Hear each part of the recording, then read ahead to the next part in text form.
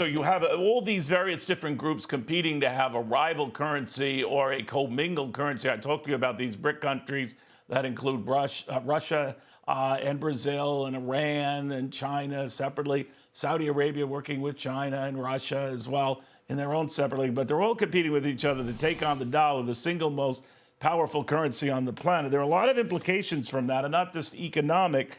Ambassador Robert O'Brien joins us, the former National Security Advisor, American Global Strategies, LLC, the founder and chair. Ambassador, great to have you. Great to be with you, Neil. Thank you.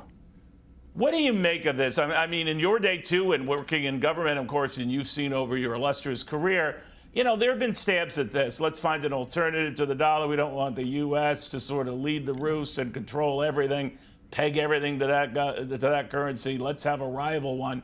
There's no single country that can rival it, but they're coming up with ways maybe they can get a Marvel all-star team together to do it. But what do you make of these developments? Because they're gaining traction. Well, we have to understand the Chinese are competing with us across every spectrum, militarily, diplomatically, economically, and this is part of their economic competition with us. The U.S. dollar being the reserve currency for the world is probably the second greatest source of our national power after our nuclear weapons stockpile and our military. And so if they can weaken us, even if they can't replace the dollar, if they can weaken us, that's a real problem because we use the dollar to be able to borrow at very low rates to fund our government and to fund our military. Number two, we use it to get bad guys. I used it a lot when I was the hostage envoy to threaten sanctions against bad actors, either individuals or governments.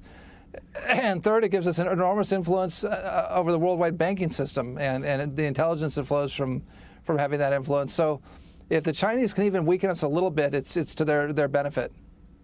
You know, I always wonder whether the uproar that they cause, and now this news that they've got 3 ships encircling Taiwan and they're doing, military exercises just off the Taiwan shore, that's provocative behavior. Obviously, they're not too keen on the Taiwan president here in the United States meeting with, Kevin McCarthy and a host of others. But that agitation has actually strengthened the dollar, the one thing they don't want to see happen. But what do you make of these moves, especially in the Taiwan Strait, because that is in response to what they said would be a very big mistake if she did meet with the U.S. leaders? Well, listen, we can't let the Communist Party of China dictate who our political leaders are going to meet with. I mean, they may be able to do that with the general manager of the Houston Rockets and threaten to shut down the NBA. They can't threaten the Speaker of the House of Representatives, whether it's Nancy Pelosi, a Democrat last year, or Kevin McCarthy this year. And I just walked out of a meeting, a breakfast meeting with Foreign Minister Joseph Wu, the Taiwanese foreign minister who's here in Los Angeles, where I am today. And of course, they're concerned about what China is going to do, especially when President Tsai leaves U.S. territory and goes back to Taiwan. The Chinese are setting up, potential interdiction of shipping in the Taiwan Straits, and we just can't allow that kind of bullying to take place. American politicians can meet with whoever they want to, and we can't be subject to dictates from Beijing. But again, this is, as I mentioned at the outset, this is part of their overall strategy. They chip away a little at the dollar. They chip away at the relationship with Taiwan. They chip away with us diplomatically with Iran and the Saudi Arabia deal, with their trade deal with Brazil.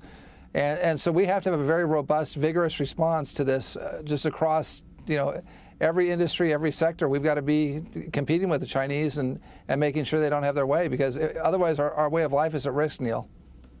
But, something is changing, Ambassador, and you look at deep down in the data and what you're noticing as well. I look at just what I like to call the suck-up factor. People don't suck up to losers. They suck up to someone who's a perceived winner or has increasing influence. Xi Jinping, rightly or wrongly, is seen that way, the leader of China. Hence, you have Emmanuel Macron coming over to visit him and to sort of maybe use his influence, that is the Chinese leader, to get Russia to settle down in Ukraine.